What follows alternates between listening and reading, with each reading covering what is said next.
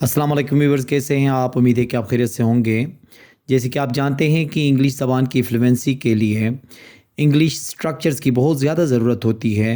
इनका बहुत बड़ा किरदार होता है जिसके ज़रिए हम इंग्लिश ज़बान को बहुत ही रवानी से बोल सकते हैं।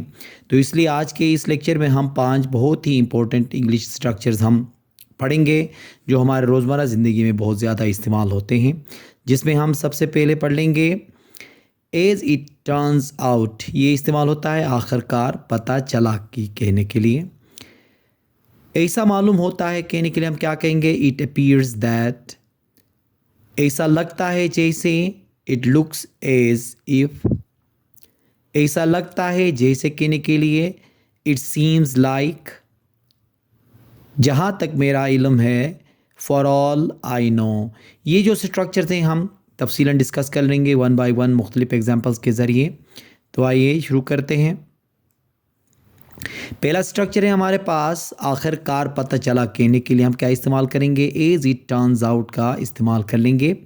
इसका जो फार्मूला बनेगा, एज इट टर्न्स आउट के बाद हम आगे क्लॉज का इस्तेमाल कर लेंगे। जैसे कि मिसाल के तौर पे आखिरकार पता चला कि वो शुरू से ही दुरुस्त था। As it turns out, he was right all along. As it turns out, he was right all along. देखें ना यहाँ पे आखिरकार पता चला के लिए क्या इस्तेमाल किया? As it turns out. आखिरकार पता चला कि हम गलत स्टेशन पर थे। आखिरकार पता चला कि हम गलत स्टेशन पर थे। As it turns out, we were at the wrong station. As it turns out, we were at the wrong station. आखिरकार पता चला कि उसे पहले ही राज मालूम था। As it turns out, she already knew the secret. As it turns out, she already knew the secret. आखिरकार पता चला कि ये काम इतना आसान नहीं था जितना हमने समझा था। As it turns out, the job was not as easy as we thought. As it turns out, the job was not as easy as we thought. तो आखिरकार पता चला कि ट्रांसलेट के लिए हम कौन सा स्ट्रक्चर इस्तेमाल करेंगे? As it turns out का इस्तेमाल करेंगे। सेकंड है ऐसा मालूम होता है कि कहने के लिए या लगता है कहने के लिए इट अपीयर्स दैट का इस्तेमाल होता है। इसका फार्मूला देखें, इट अपीयर्स दैट के बाद फिर क्लॉज इस्तेमाल कर लेंगे। ऐसा मालूम होता है कि इसने अपना इरादा बदल लिया है। It appears that he has changed his mind. It appears that he has changed his mind. ऐसा लगता है कि वो आज नहीं आ रहे।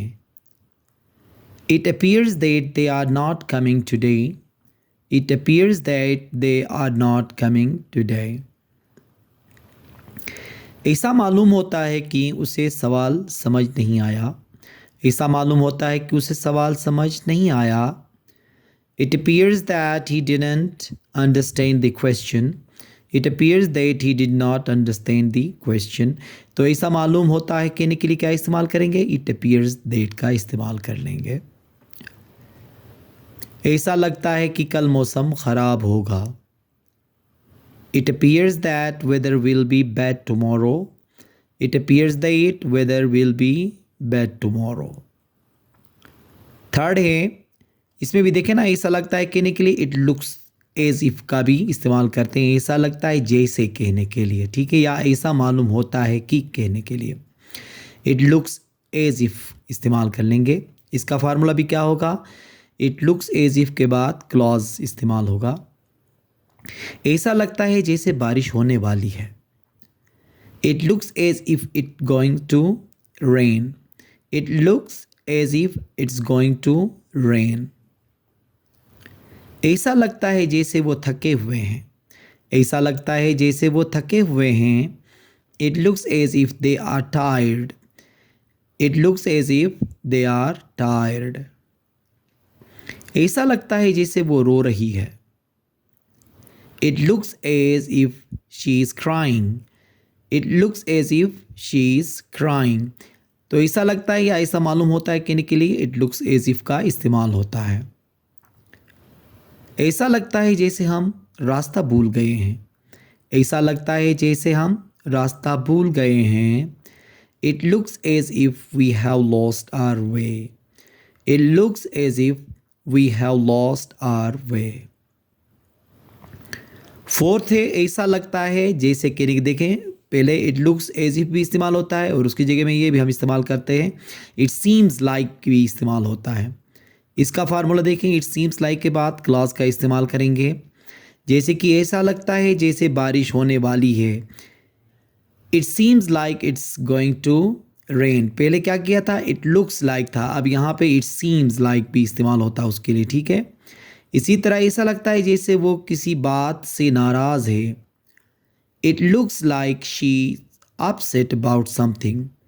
It seems like she is upset about something. ऐसा लगता है जैसे वो एक दूसरे पर भरोसा नहीं करते। ऐसा लगता है जैसे वो एक दूसरे पर भरोसा नहीं करते। It seems like they don't trust each other. It seems like they don't trust each other. ऐसा लगता है जैसे आप थके हुए हैं। ऐसा लगता है जैसे आप थके हुए हैं। It seems like you are tired. It seems like you are tired.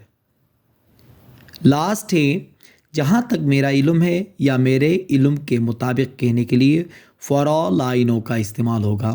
अब इसका जो स्ट्रक्चर बनेगा, फॉर ऑल आई नो के बाद फिर हम क्लॉज का इस्तेमाल कर लेंगे। जैसे कि जहाँ तक मेरा इल्म है हो सकता है वो झूठ बोल रहा है।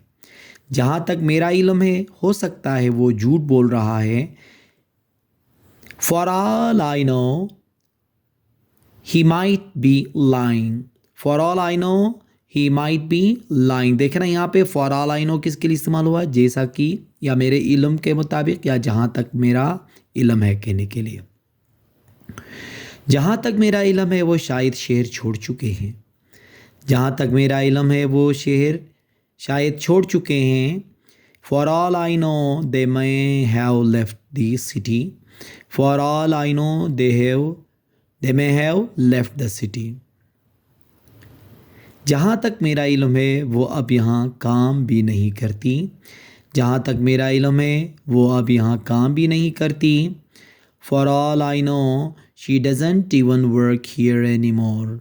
For all I know she doesn't even work here any more. मेरे इल्म के मुताबिक ये एक बड़ी गलती हो सकती है। मेरे इल्म के मुताबिक ये एक बड़ी गलती हो सकती है।